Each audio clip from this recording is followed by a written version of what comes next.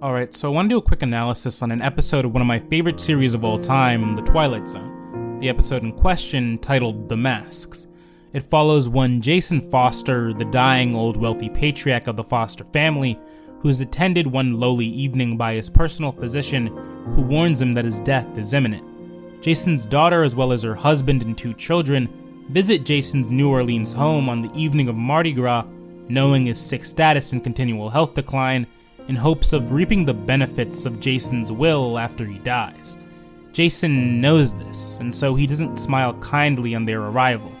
In fact, he also knows the 4 family members outwardly display characteristics and character traits he finds despicable.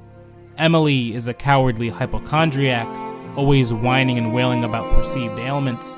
Wilfred, her husband, is a greedy businessman, consumed by wealth and monetary gain.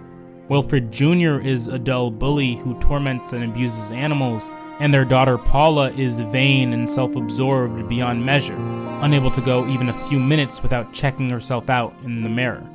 4 people consumed by the evil that rots within the world. 4 people attempting to lighten the pockets of a dying man not long for this earth. And so in his final hours, Jason decides to play a game in which the members of the family will be awarded everything in his will, inherit all his fortune. All they need do is wear the masks until midnight.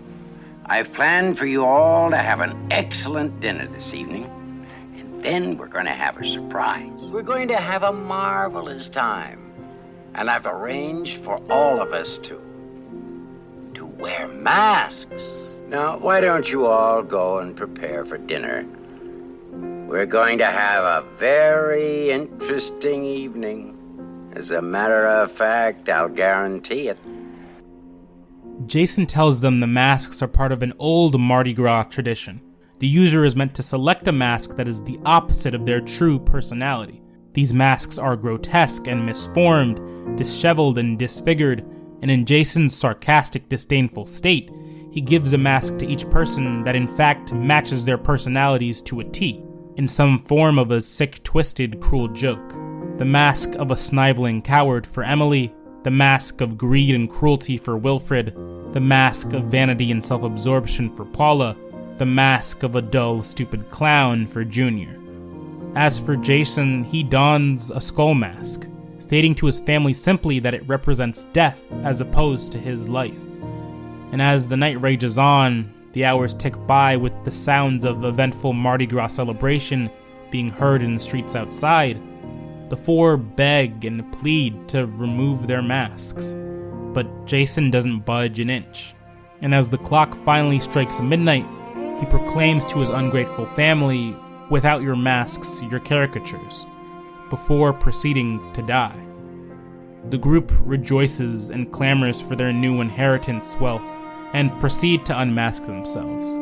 But in all their shock and horror, it's revealed that their faces have conformed to the hideous features of their masks, while Jason's face has remained unchanged.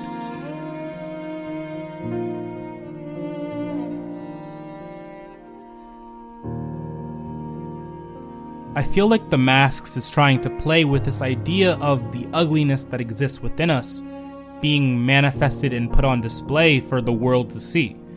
The human condition often intersects with our own human desire, and as much as we like to put stake in our positive characteristics and place high value in them, it doesn't take much for that which is rotten and evil to permeate to the surface. The family is selfish and self-absorbed, to be sure, unwilling and unwanting to confront Jason in his final hours of need. They are motivated by the petty and the worldly, the things which are fickle and fleeting. To them, life is a singular pursuit, a game of dollars and cents, of wills but not willpower. The masks seek to reflect their innermost cruel desires. In a way, they aid in unmasking the wearer's true personalities and ambitions. In stark contrast, Jason's mask, the literal face of death, fails to leave its mark on him. It appears in his waning moments that Jason almost seems to welcome death, like a long-awaiting friend. He isn't consumed by the worldly possessions he leaves behind, nor by that which makes pretty in appearance, but is truly, deeply ugly beneath the surface.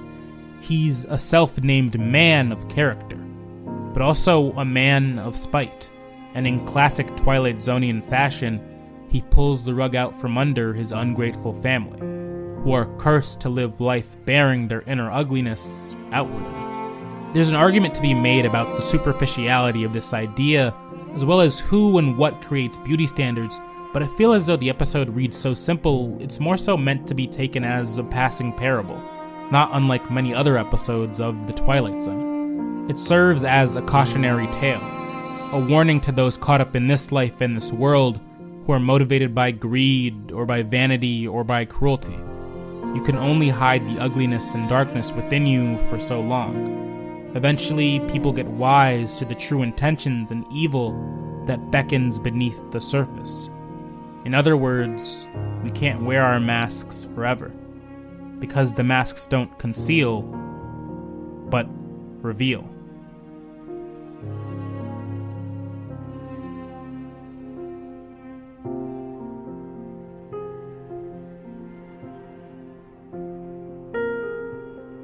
Mind Theater is produced and written by me, Ayo Ekingbade, in collaboration with Muckraker Media. For updates on the show, as well as my other content, follow Mind Theater Pod on Twitter and Instagram. If you want to show monetary support, the Ko-fi link is in the show notes. Thanks for listening. I'll catch you next time.